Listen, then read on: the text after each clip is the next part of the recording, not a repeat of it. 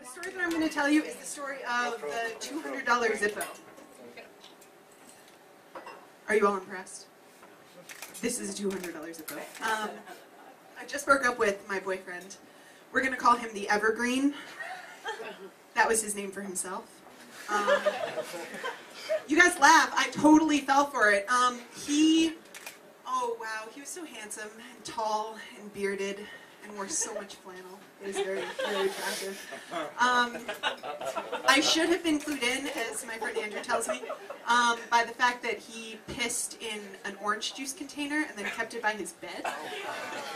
But I figured that was a charming, eccentric sort of thing that he did, because, you know, who wants to go to the bathroom 5 times in a night? Nobody, so, you know, he's efficient. I also should have been clued into the fact that he was maybe using me because he was constantly asking for money and driving my car and living with me and eating all my food, and yeah, I didn't pay attention to that either. I totally fell for it. Until actually just the other day. We had broken up and gotten back together, and, you know, my Facebook status reflected that because I'm 12. And we got back together. Oh, everything was wonderful. He had gone into therapy. He had put some of his huge collection of music equipment on Craigslist so he could pay his bills. He told me he wasn't going to take any more money from me. Everything was fine, and we were going to be together because it was love. And then he broke it to me that the reason why he had been staying with me for a week nonstop, even though I had told him I needed a break, was because he owed his roommate $500 and he couldn't go home. Oh, I said, well, what can I do for you? I really need $200, he said. And I'm a sucker, so I gave him $200. And, to add insult to injury, I then drove him to New Jersey so he could pay his roommate his rent. So on the way back, we're driving, in my car with my gas money. And he says to me, yeah, I think I'm going to move out in March. I'm not going to pay anymore after March. I said, oh, that's great. Where are you going to go?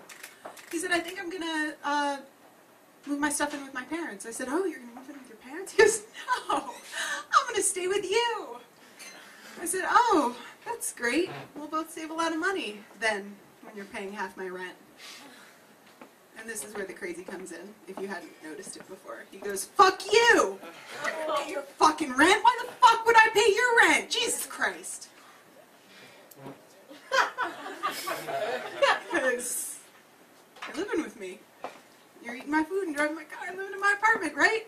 He goes, fuck you, I don't have to pay any fucking rent any place I don't want to pay rent. I'm a wild animal, he says. You can't domesticate me!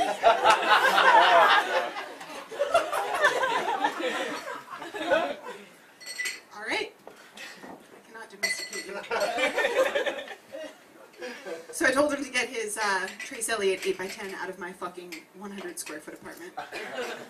Which he did.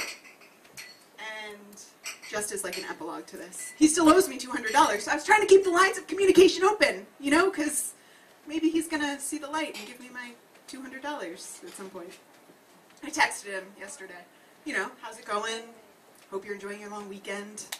He goes, look, I'm not getting back together with you. Friday was the last straw. And I thought about that for a while, and I was like, the last straw? Alright, that's okay. So I stopped texting him. I've decided to just let the $200 go.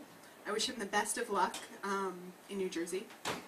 The Evergreen has some pursuits to follow, as he's told me before. He would like to get back to his original 4.